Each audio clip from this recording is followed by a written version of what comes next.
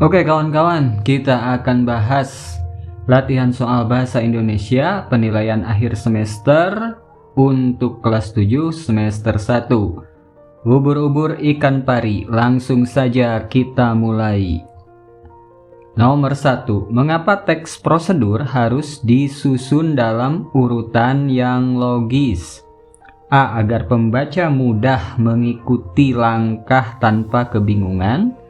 B. Supaya bisa dibaca cepat. C. Agar jadi hiburan.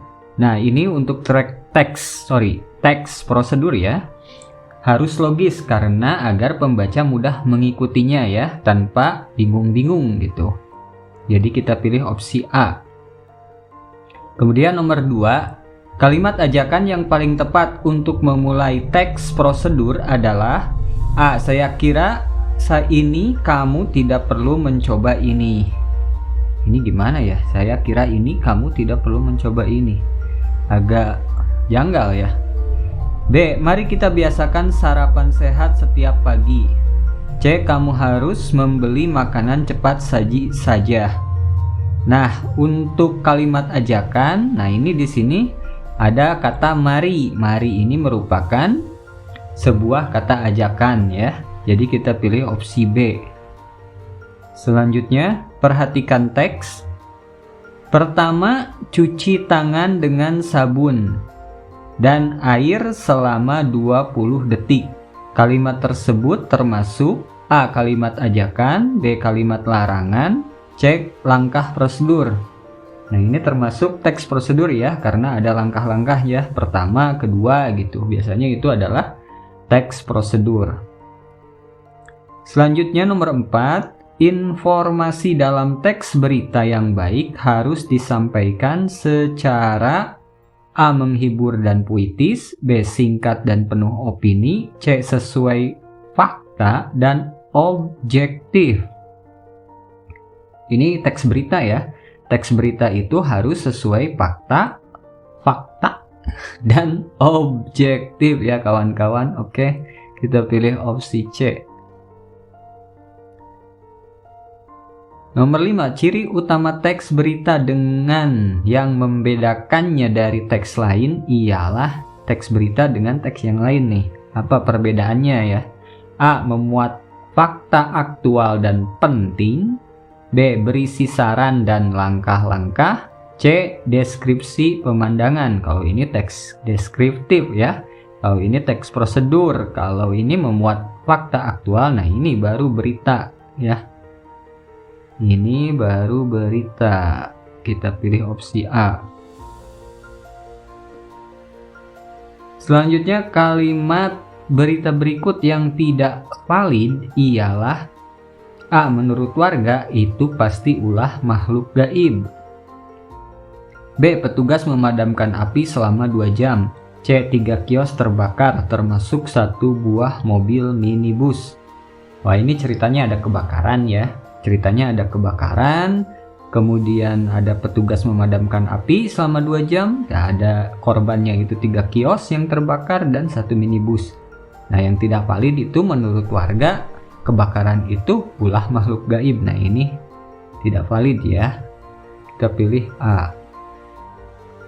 Nomor 7, langkah awal dalam menulis teks prosedur pola makan sehat adalah pola makan sehat. A. Menyisipkan kutipan. B. Mengatur alur tokoh narasi. C. Menyiapkan daftar bahan makanan. Ini judulnya aja udah pola makan ya, berarti menyiapkan daftar bahan makanan. Kita pilih opsi C. Nomor 8, mengapa penting mengenali berita palsu di media sosial? A. Berita palsu biasanya lucu. Ya, ada yang lucu ya, ada juga yang enggak.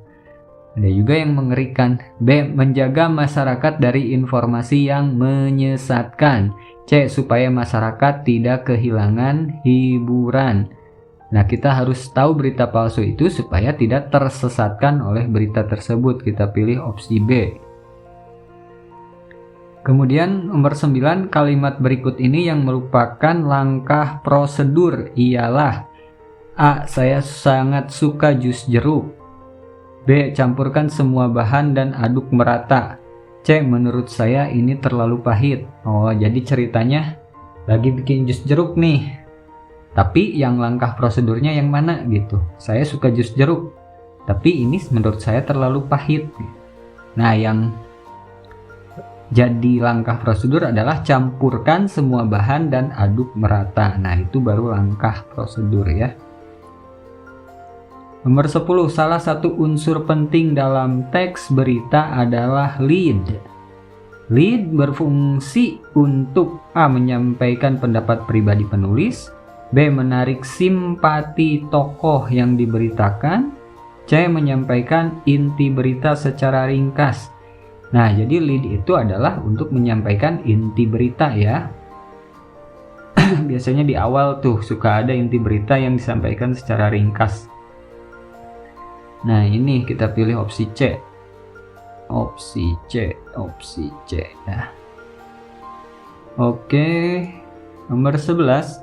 Ciri bahasa teks prosedur yang baik ialah A. panjang dan kompleks, B. menggunakan bahasa formal dan teknis, C. menggunakan banyak idiom. Nah, teks prosedur itu biasanya menggunakan bahasa formal dan teknis. Jadi teknis langkah-langkahnya itu sejelas mungkin supaya tidak membingungkan. Kita pilih opsi B. Selanjutnya nomor 12, perbedaan utama antara teks prosedur dan teks berita. Prosedur dan berita bedanya apa? A. Prosedur berbentuk puisi, berita berbentuk cerita. No, ini tidak, bukan ya. Prosedur berisi fakta, berita berisi fiksi. Ini juga bukan. C. Prosedur menjelaskan langkah, berita menyampaikan informasi aktual. Nah, ini baru benar ya. Kita pilih opsi C. Prosedur menjelaskan langkah, berita itu berupa informasi data faktual. 13. Kalimat yang menunjukkan ajakan dalam teks prosedur ialah, nah ini ajakan lagi ya. Ajakan, saya tidak suka makan bekal. B. Menurut saya lebih baik jajan. C. Biasakan membawa bekal sehat dari rumah. Nah, berarti ini tentang bekal. Jadi biasakan membawa bekal sehat dari rumah, itu merupakan ajakan ya, kalimat ajakan.